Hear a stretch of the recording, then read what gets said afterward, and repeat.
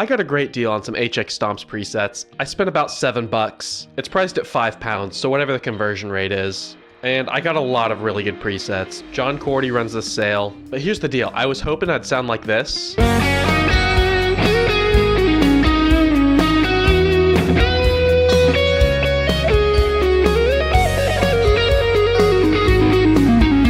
And instead I ended up sounding more like this.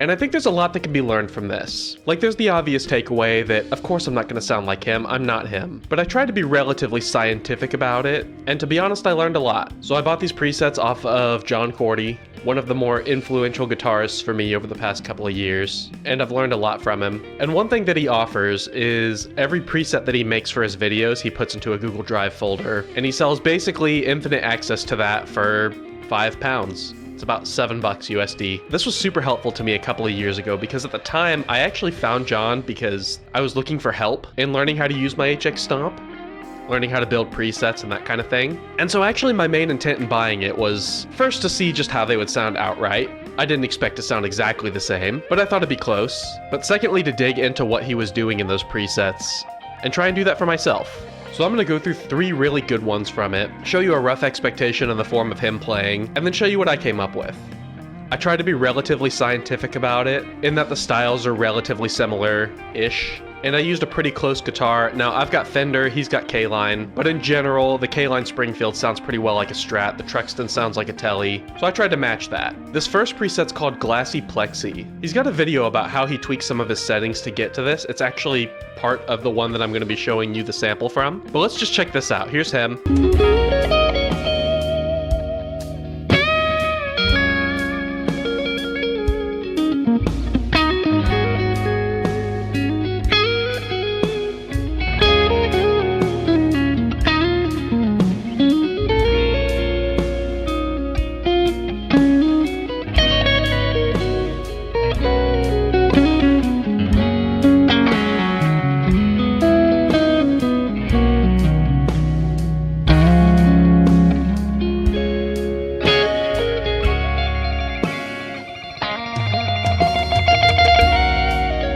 And here's me on the same preset.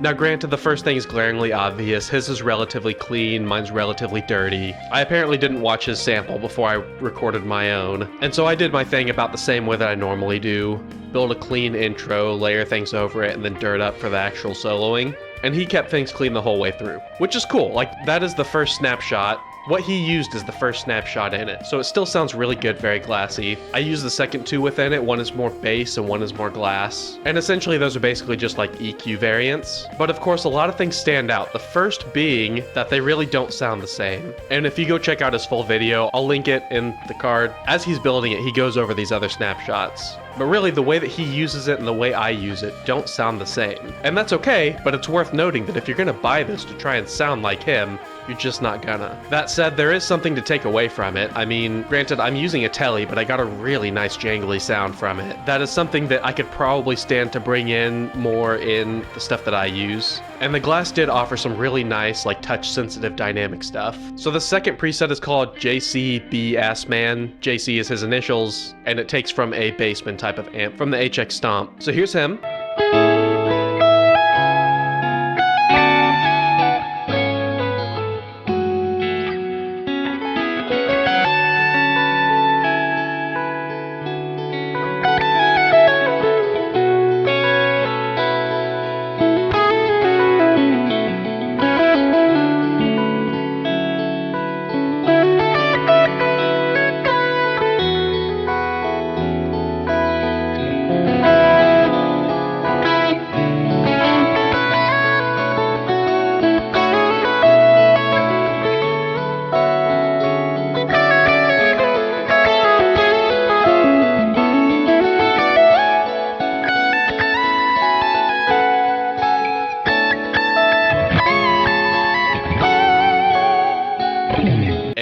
here's me.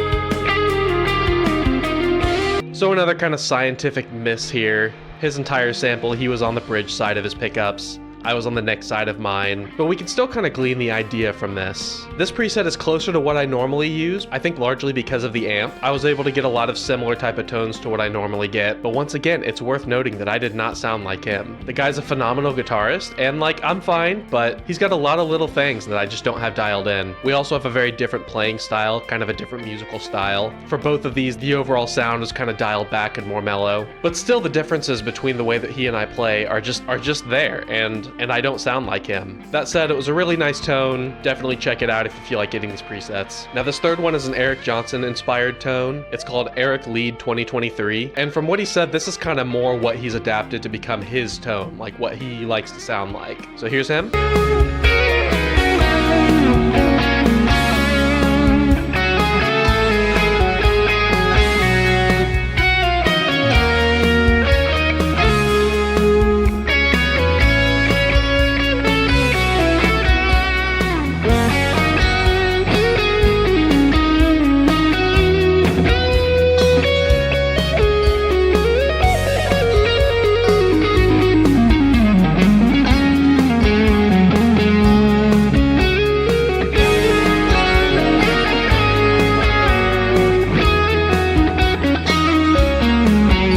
Here's me.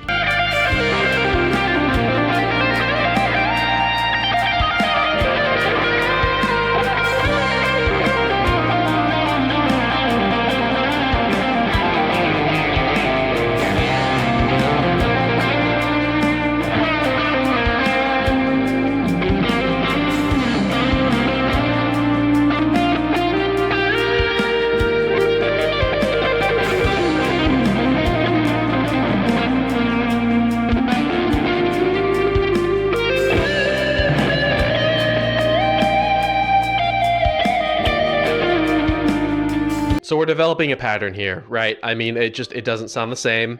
In this case, we actually did get similar types of pickups, but his is just overall a little bit cleaner. Mine's a little bit muddier. He's got that picking dynamic down a little bit better than I do. I ended up washing mine out with reverb a lot more. And so the end result is that they just don't sound the same, despite everything actually being the same in the pedal and the guitars being similar. We didn't reach the same end. Now, I've come a long way in my playing in the past couple of years just because I've played more. Whenever I bought these a couple of years ago, the differences were even bigger. Like, I remember downloading them and putting them onto my HX Stomp and was honestly kind of surprised that I just couldn't really make them sound good at all at the time. Now, whenever I recorded these, I was able to do something with them. Now, the way that I'm suggesting that makes it sound like I might think that there's something wrong with them, and there's not. It's really largely just based on the way that I play and the sounds that I like to use. You see, as you play more and more, you will learn to develop your own sound. You will have your own preferred types of EQ and preferred style of tones. And whenever you're dialing all of your gear in, whether that's presets on an HX Stomp or a fully fledged pedal board,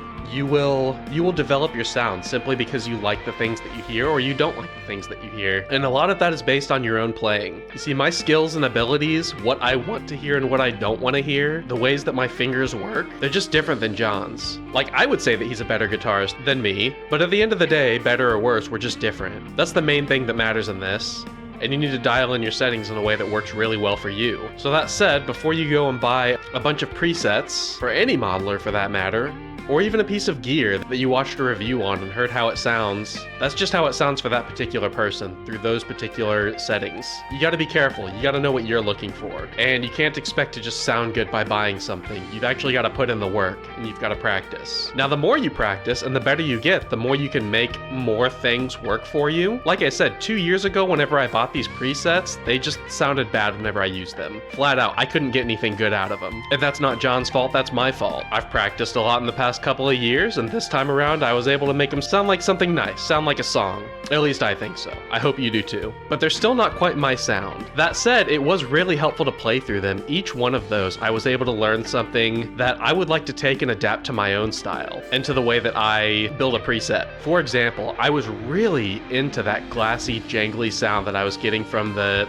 glassy plexi. Now, I don't personally feel like there's a lot that I can take from the Bassman preset. That's because I'm already using those types of tones. I can probably dig through and glean something, but in general, that's kind of closest to my sound of the three. And then from the Eric Johnson one, it definitely felt like there's a lot of pick control that I need to bring in order to get that to sound better. And that's not about dialing it in, but that is about playing something that someone else can make sound incredible, but I can't for some reason. There's also something to be said for the fact that I felt like the end result of the Eric lead one that I used was way too washed, and that's just something that I do. I like a lot of reverb at the time, but then whenever I go back and listen, it just sounds too washed. So that's something I need to work on as well. So what do you think? Have you ever bought presets that the demo sounded really good and then they just didn't translate the same way whenever you played it? Were you able to get them to work, or did you just kind of end up scrapping it? Let me know in the comments. I'd love to hear from you about your experiences with buying presets, or if you've not even done that. But I will say, buying presets is a really useful thing to do if what you want to do is learn from them. Learn what someone else is using to sound a certain way and see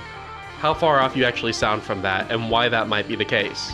If your goal is to sound like them, then you might need to adjust your playing. But it can also just be really useful to learn about building presets. The HX Stomp is not the most beginner-friendly piece of gear to start learning how to build your stuff in. And so for me, it was hugely helpful to be able to buy it and see what it was that he was using and what kind of sounds he dialed in, so that I could follow a similar type of process to build my own stuff. So let me know in the comments what you think of all that. Hit that like button if you enjoyed this. And